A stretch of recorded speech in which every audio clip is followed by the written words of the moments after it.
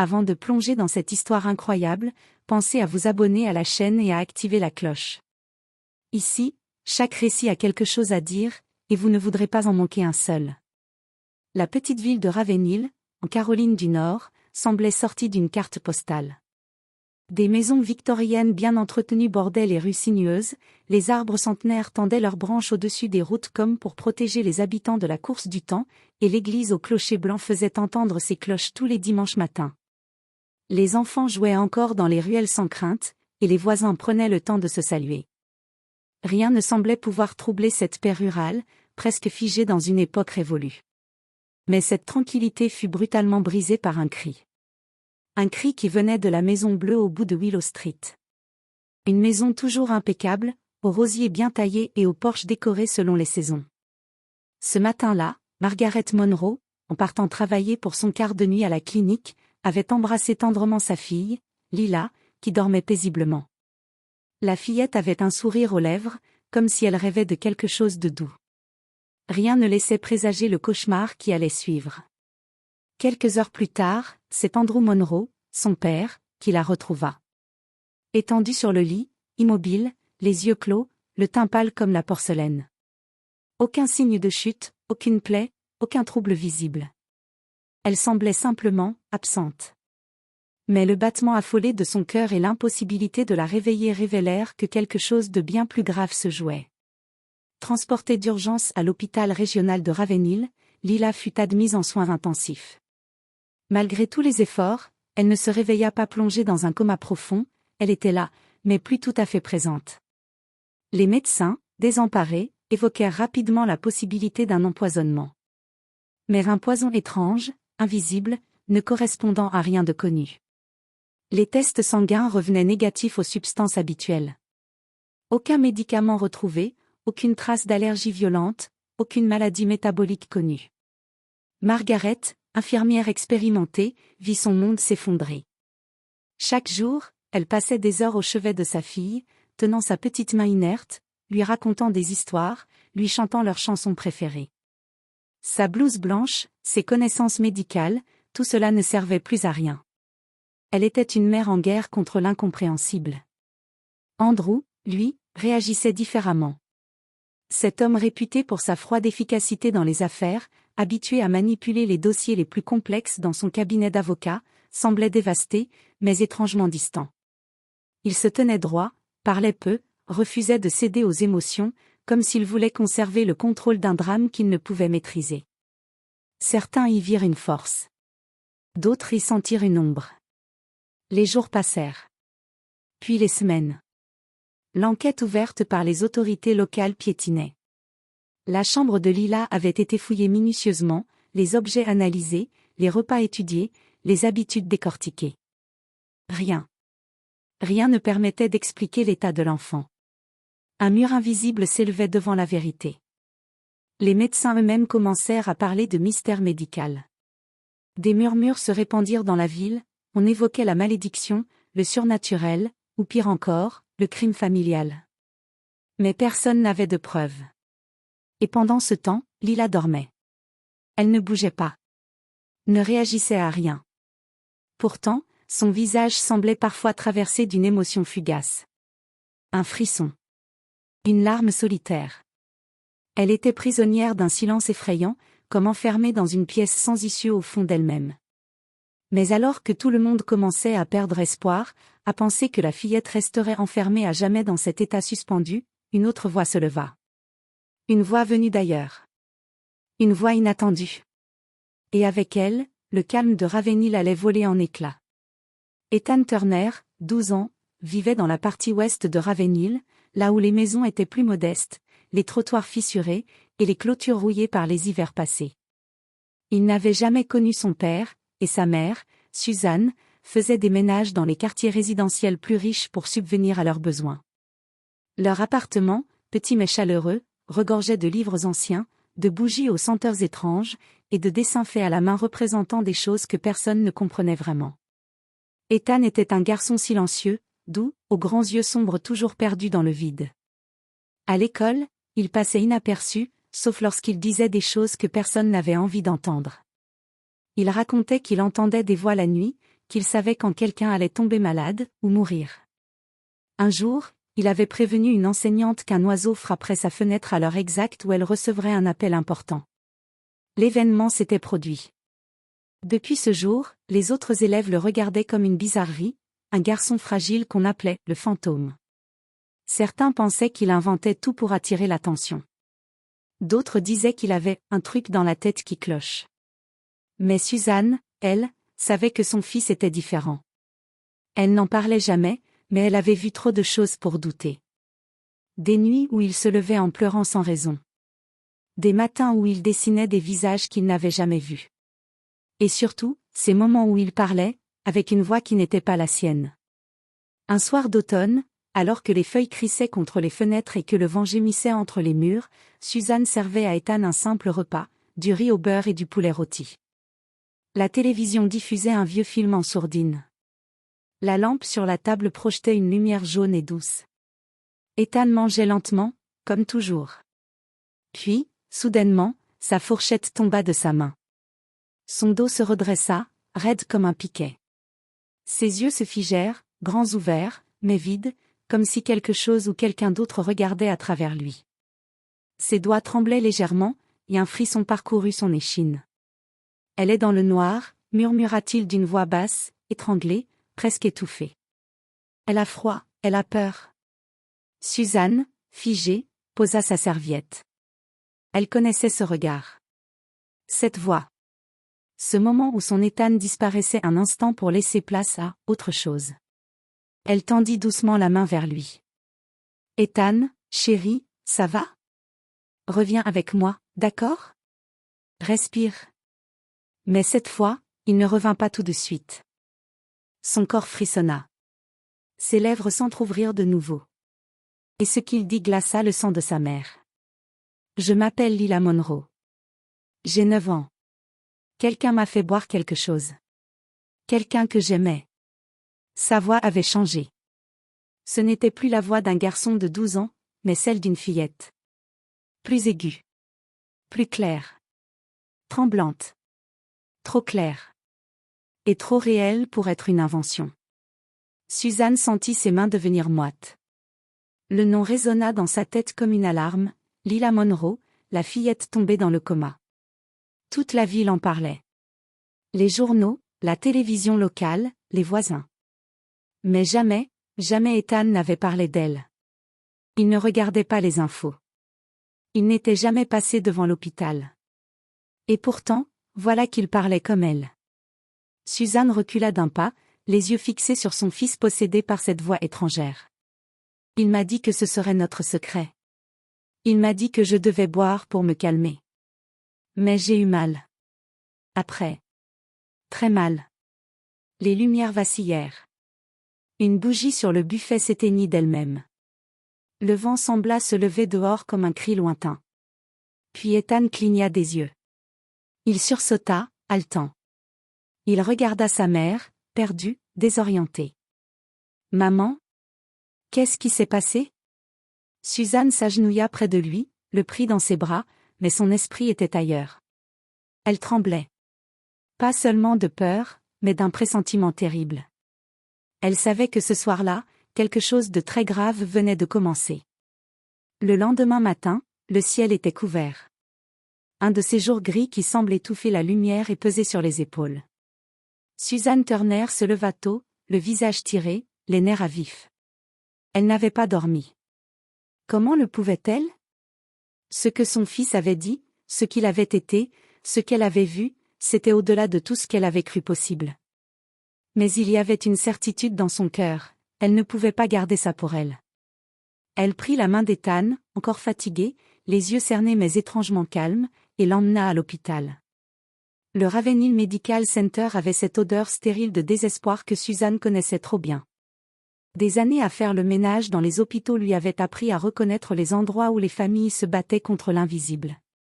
Après quelques minutes d'attente, Margaret Monroe apparut dans le couloir, tirée de la chambre de sa fille par une infirmière intriguée par la demande inhabituelle.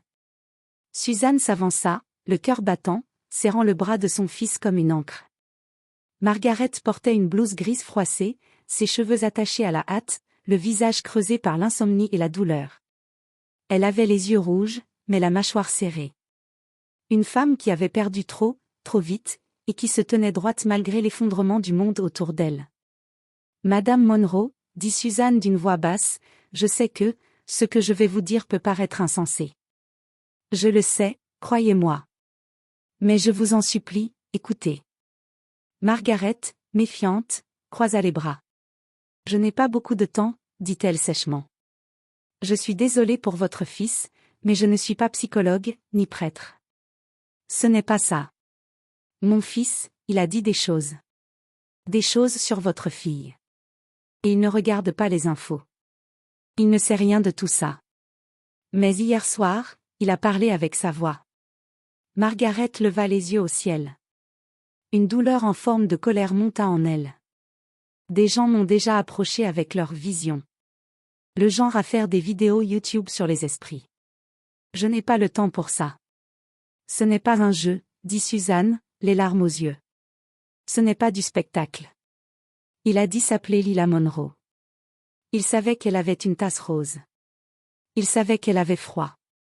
Il a dit qu'elle vous entendait prier. Margaret pâlit. Ethan, jusque-là silencieux, ferma les yeux. Sa respiration changea. Son dos se raidit. Puis, d'une voix soudain trop claire, trop douce, il murmura. Maman? C'est moi. Je suis là, mais je suis bloqué. Je vois l'hôpital. Je vois la lumière du matin passer sur les rideaux. J'entends ta voix quand tu pleures. Margaret recula d'un pas. Son cœur battait dans ses tempes. Elle regarda ce garçon inconnu avec effroi. Tu m'as chanté la chanson de la rivière, celle que tu me chantais quand j'étais petite. Même si je dors, je l'entends. Qu'est-ce que c'est que ça? Murmura Margaret, à peine capable de respirer. Suzanne posa la main sur son bras. Il a changé de voix hier soir. Il a dit quelque chose sur un chocolat chaud. Et là, Ethan leva la tête. Son regard était fixe. Il parla de nouveau, sans émotion, comme une cassette qui se déclenche. Dis-lui que c'est dans le chocolat chaud, dans ma tasse rose. Celui de ce soir-là. Il m'a dit que c'était notre secret. Il m'a souri, avant. Margaret chancela. Elle se couvrit la bouche, incapable de contenir un cri muet. Elle se souvenait. Cette tasse. Ce moment précis. Lila qui avait demandé un chocolat chaud en fin de soirée, un petit réconfort. Margaret n'avait pas eu le temps de le préparer. C'était Andrew qui l'avait fait. Elle tomba à genoux dans le couloir, les épaules secouées par des sanglots bruyants, inconsolables. Quelque chose venait de se briser en elle. Pas seulement la douleur, la suspicion. Les mots de sa fille, si c'était bien elle, s'insinuaient dans son esprit comme des éclats de verre. Elle voulait ne pas y croire. Elle voulait repousser cette idée. Mais au fond, une voix ancienne, celle qu'elle avait étouffée depuis des jours, la prévenait déjà, quelque chose ne collait pas. L'affaire prit une tournure surnaturelle et explosive. Margaret, tremblante mais déterminée, fit appeler l'inspecteur Derrick Hale, qui suivait déjà l'affaire avec frustration. Ancien agent du FBI revenu à Ravenhill pour s'occuper de sa mère malade, Hale était connu pour son esprit rationnel, presque brutal. Il ne croyait ni aux miracles, ni aux fantômes. Quand Suzanne et Margaret lui racontèrent ce que le garçon avait dit, il fronça les sourcils. Des gens désespérés s'accrochent souvent à des illusions, lâcha-t-il en soupirant. Mais Suzanne insista. Laissez-le lui parler. Juste une minute. Écoutez-le vous dire ce que personne ne sait. Contre toute attente, elle accepta à contre-cœur. Et ce qu'il entendit fit tomber les premières pierres de son scepticisme. Ethan parla encore. Sa voix douce évoqua la couverture de lilas, couleur lavande avec des petites étoiles brodées. Il mentionna son surnom secret, Libby, que seule sa mère utilisait en privé. Et il décrivit un dessin, un cheval ailé bleu, qu'elle avait fait le matin même de son effondrement, un dessin jamais montré, resté accroché sur le mur de sa chambre. Et il resta figé, le visage blême. Comment peut-il savoir ça? Murmura-t-il. Et puis Ethan ajouta, dans un souffle. Celui qui m'a empoisonné m'a embrassé sur le front. Il m'a dit que c'était pour mon bien.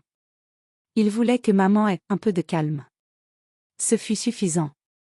Le masque de l'incrédulité tomba des yeux de Derrick Hale. Il prit une grande inspiration, puis sortit son téléphone.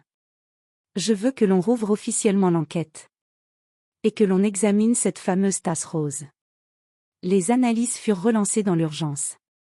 Ce qui, quelques jours plus tôt, n'avait été qu'un mystère médical sans issue, se transforma en une enquête criminelle active.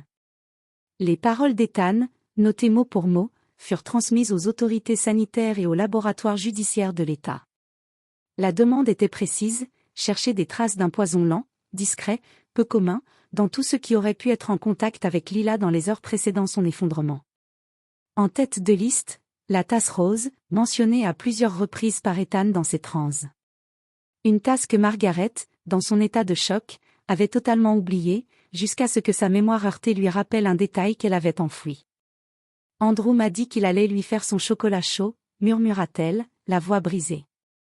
Je n'y ai pas réfléchi sur le moment. Il m'a dit de me reposer, que je travaillais trop, que je méritais une pause. Une battue fut organisée dans la maison des Monroe. L'inspecteur Derrick Hale supervisa lui-même la fouille du garage, un espace encombré de cartons, de jouets oubliés et de décorations de Noël. C'est un jeune agent, en ouvrant une vieille boîte de souvenirs scolaires, qui retrouva la tasse, rose pâle, avec un petit cœur jaune sur le côté, encore recouverte d'une fine pellicule sèche au fond. Le laboratoire confirma la présence de thallium. À peine détectable. Un poison lent, jadis utilisé dans les raticides, maintenant strictement contrôlé. Inodore, sans saveur, et terriblement efficace en faible dose lorsqu'il est administré de manière répétée. Les experts médicaux comprirent enfin pourquoi Lila était tombée dans un coma progressif, sans symptômes visibles. Les organes affectés. La lente défaillance neurologique. Tout collait. Margaret s'effondra sur une chaise en entendant les résultats. Elle se tenait la tête entre les mains, le souffle coupé. Elle se revoyait tendre la tasse à sa fille, l'embrasser sur le front, lui souhaiter bonne nuit. J'ai servi le poison à ma propre fille. Elle répétait ces mots, encore et encore, comme un mantra de culpabilité. Mais bientôt, cette culpabilité se transforma en une terreur bien plus profonde. Mais qui l'a préparée ? Ethan, lui, semblait affaibli. À chaque connexion, sa peau devenait plus pâle, ses mains plus froides, comme s'il laissait une partie de lui-même de l'autre côté à chaque passage. Mais il insista pour continuer. Un soir, alors que Suzanne le bordait, il entra à nouveau dans un état de transe, les yeux mi-clos, les lèvres tremblantes. Des larmes roulèrent lentement sur ses joues alors qu'il murmurait. « Il est entré dans ma chambre ce soir-là. Papa. Il m'a dit que maman allait craquer si je continuais à faire des cauchemars. Il m'a dit que j'étais le problème. Il voulait que maman se repose. Il voulait que tout soit plus calme. » Suzanne, effarée, appela immédiatement Margaret et l'inspecteur Hale. Cette fois, Margaret ne pleura pas. Elle se leva. Se rendit droit dans le bureau de son mari. Et pour la première fois depuis le début de leur cauchemar, elle le regarda non pas comme un mari, mais comme un suspect. « Dis-moi la vérité, Andrew. » L'homme, assis derrière son bureau, leva calmement les yeux de son ordinateur. « Tu es bouleversée, Margaret. Tu as besoin de repos. C'est toi qui as préparé ce chocolat, Andrew. Dis-le. » Il inspira profondément. Puis, avec ce calme glacial qui le rendait si redoutable dans les tribunaux, il répondit. « Tu cherches un coupable pour soulager ta conscience. Tu veux croire à des visions, à des enfants médiums, plutôt que d'accepter l'idée que notre fille a eu un accident inexpliqué. Voilà ce que tu fais. » Mais Margaret, cette fois, ne céda pas. Quelque chose dans ses yeux avait changé. Derrick Hale arriva peu après, muni d'un mandat. L'ordinateur de travail d'Andrew fut saisi, ainsi que son ordinateur portable personnel, ses disques durs externes et son téléphone. Ce qu'ils découvrirent fut accablant. Dans l'historique de navigation effacé mais partiellement récupéré, des recherches répétées sur les poisons lents, indétectables, sur les effets neurologiques du thallium, sur les délais d'incubation. Des consultations sur des forums criminels, dissimulés derrière des pseudonymes. Des articles médicaux sur les comas induits chimiquement. Et puis, le plus glaçant, un fichier texte, caché dans un dossier chiffré, contenant une série de notes personnelles, datées, où Andrew écrivait sa frustration face à l'instabilité émotionnelle de sa fille. Il y décrivait Lila comme un obstacle, une faiblesse dans la stabilité du foyer, et parlait de soulager Margaret de ce poids sans violence apparente. Le masque parfait d'Andrew Monroe se fissura d'un coup sec. Il fut arrêté le lendemain matin, sans résistance. En costume, comme pour une réunion d'affaires. Il regarda Margaret dans les yeux une dernière fois en disant : « Tu comprendras un jour. J'ai fait ça pour nous. » Mais elle, immobile sur le seuil, répondit simplement : « Tu l'as fait pour toi. » Et elle tourna les talons, sans un mot de plus. Quelques jours après l'arrestation d'Andrew Monroe, la maison des Turner semblait étrangement silencieuse. Le vent d'automne faisait bruisser les feuilles mortes sous les pas des rares passants, et la nuit s'étirait plus lentement que d'habitude. Pourtant, à l'intérieur, une tempête invisible agitait le fragile équilibre des cœurs. Cette nuit-là, Ethan s'agita dans son lit, les draps en désordre, le visage marqué par l'effort d'une bataille intérieure. Sa respiration devint rapide, saccadée. Ses doigts agrippaient le bord du matelas comme pour se raccrocher à un dernier espoir. Puis, soudain, il hurla dans le noir de sa chambre. « Je vois la lumière. Je rentre à la maison. » Un silence presque sacré suivit ce cri. La lumière d'une étoile filante traversa le ciel obscur, comme un signe. Au même instant, à plusieurs kilomètres de là, dans la chambre d'hôpital de Lila Monroe, quelque chose changea. Ses paupières, lourdes et closes depuis des semaines, frémirent. Lentement, avec une lenteur infinie, elles s'ouvrirent. Lila cligna des yeux, découvrant le monde comme pour la première fois depuis des jours, des semaines, des mois. Elle vit d'abord la silhouette floue de sa mère, penchée sur elle, les larmes aux yeux, une main tremblante posée sur son front chaud. D'une voix faible, cassée, elle murmura : « Papa voulait que je dorme, pour toujours. » Les mots tombèrent comme un couperet, lourds de vérité et de douleur. Puis une cascade de larmes coula sur ses joues pâles. Margaret, bouleversée, l'enserra contre elle, sentant tout le poids du silence et du combat s'effondrer en un instant. Lila sanglotait, son souffle mêlé à celui de sa mère, dans une étreinte qui scellait à la fois la fin d'un cauchemar et le commencement d'une guérison. Pendant ce temps, dans la chambre à quelques rues de là, Ethan glissa lentement vers un sommeil profond. Son corps semblait libéré d'un fardeau invisible. Quand il ouvrit les yeux à l'aube, il ne se souvenait de rien. De ses cris, de la voix qu'il avait portée, de la fillette qu'il avait aidée. Mais un sourire doux illuminait son visage, comme si un secret heureux venait d'être partagé dans le silence. La justice fit son travail. Andrew Monroe fut jugé rapidement. Les preuves étaient accablantes, son comportement, documenté, inexorable. Le mobile était clair, un divorce conflictuel, la bataille pour la garde de Lila, et une volonté perverse d'éliminer ce qu'il voyait comme un obstacle, sa propre fille, source de stress et d'instabilité pour sa femme. Il fut condamné à la prison à perpétuité, son nom marqué à jamais par la trahison la plus cruelle. Quant à Ethan, après cette épreuve hors du commun, il fut accueilli dans un centre spécialisé pour enfants, sensibles, ceux qui, comme lui, percevaient des choses que d'autres ne voyaient pas, qui portaient en eux des mondes invisibles. Il ne parla plus jamais de voix ni de fantômes. Mais peu à peu, il trouva un refuge dans les mots, dans l'écriture. Ses récits devinrent son exutoire, sa force.